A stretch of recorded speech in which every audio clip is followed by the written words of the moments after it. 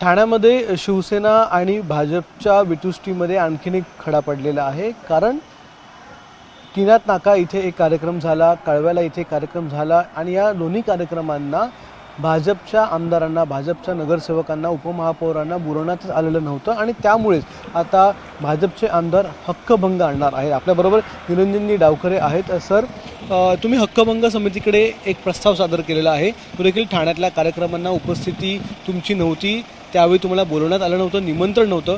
काय नेमकं म्हटलंय? कळव्या स्विमिंग पूलचा जो कार्यक्रम झाला उद्घाटनाचा आणि त्याचबरोबर MA-मालडीचाही कार्यक्रम जो झाला त्याच्यामध्ये कुठल्याही बाबतीतलं ऑफिशियल निमंत्रण जे त्या संस्थेकडनं यायला पाहिजे होतं, महानगरपालिकेकडनं स्विमिंग पूलचं, MA-मालडीच्या कार्यक्रमाचं असं कुठलंही निमंत्रण किंवा त्याच्याबद्दलचं पत्र हे मला आलेलं नाही. अनौपचारिक म्हणून मला खासदारांनी जरी फोन केला असेल तरी औपचारिक जो प्रोटोकॉल फॉलो करण्याच्या संदर्भातली जी भूमिका असते त्याच्यामधलं कुठल्याही पद्धतीचं प्रोटोकॉल किंवा कुठल्याही पद्धतीचं पत्रव्यवहार किंवा पत्रिकाही देण्याचं सोपस्कार हे प्रशासनाने केलं नाही. आणि त्यासाठीच मी आमच्या सभापतींकडे या हक्कभंगच्या संदर्भातलं पत्र हे त्यांच्याकडे दिले. हक्कभंग समितीकडे हा प्रस्ताव आता जाऊन याच्यावरती योग्य ती कारवाई होणार आहे. याबद्दल काय वाटतं? कारण की MA-मालडीचा कार्यक्रम होता, त्या ठिकाणी शिवसेनेचे झाडून सगळे नेते आणि सगळे उपस्थित होते.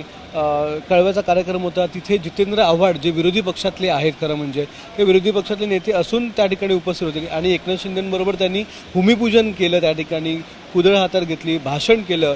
भाषणामध्ये एकमेकांना आम्ही आपलेच आहोत वगैरे अशा सगळ्या घोषणा केल्या किंवा अगदी खेळीमेळीच्या वातावरणात तो कार्यक्रम झाला. मग तुम्हालाच नेमकं का ठेवण्यात आलं बाजूला? काय वाटतं?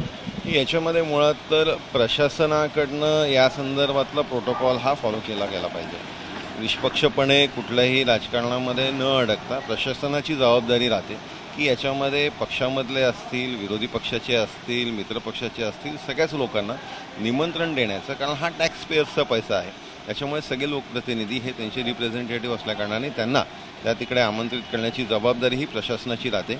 याच्यामध्ये जो कोण अधिकारी हा याच्यामध्ये दोषी आहे याच्यावरती कारवाई करण्याची मागणी ही मी आमच्या हक्कभंग समितीकडे केलेली आहे. काल आम्ही कृष्णा पाटील यांच्याशी बोललो, जे उपमहापौर आहेत, संजय केळकर यांच्याशी बोललो.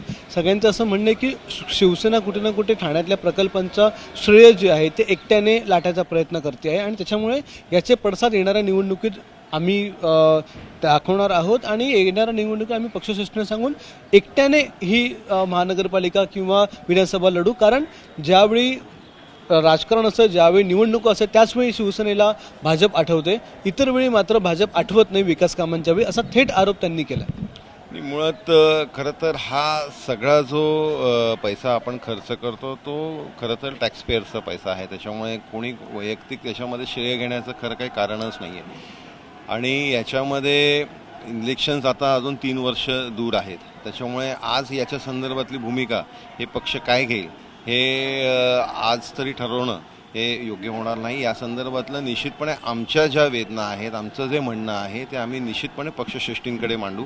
वारंवार या घटना जे घडत आहेत याच्याबद्दल योग्य पद्धतीने पक्षश्रेष्ठींनी त्यांच्या पक्षातले जे नेते आहेत त्यांच्याबरोबर चर्चा करून या संदर्भातली हा जो एक वितुष्ट तयार होतोय त्याच्या संदर्भात कारवाई करावी, नाहीतर हा भांडण असंच वाढत राहणार. शेवटचा प्रश्न विचारतो. असं सांगितलं जाते की गणेश नाईक यांचे जे कार्यक्रम होते भाजपचे नवी मुंबईतले, त्या कार्यक्रमांना, 2 कार्यक्रमांना एकनाथ शिंदे यांना आमंत्रण देण्यात आलं नव्हतं, निमंत्रण नव्हतं आणि त्याचाच वचपा जो आहे तो ठाण्यातल्या कार्यक्रमांमधून काढला जातोय. भाजपला निमंत्रण दिलं जात नाही. शिवसेनेचे नगरसेवक म्हणतात हा आमचे कार्यक्रम आहेत, असं ऑफ द रेकॉर्ड आम्हाला सांगतात की आम्ही खर्च केला होता, आमचे कार्यक्रम आहेत. काय वाटतं?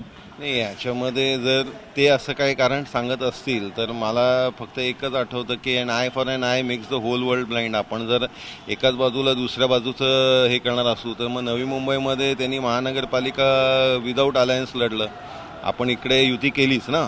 मग जर आम्ही या इकडे युतीच्या बद्दलची भूमिका घेऊन या इकडे तुमच्याबरोबर इलेक्शन लढलो आणि ज्यावेळेस तुम्ही नवी मुंबईचं जर उदाहरण देणार असाल तर ते सपशेल खोटं आहे.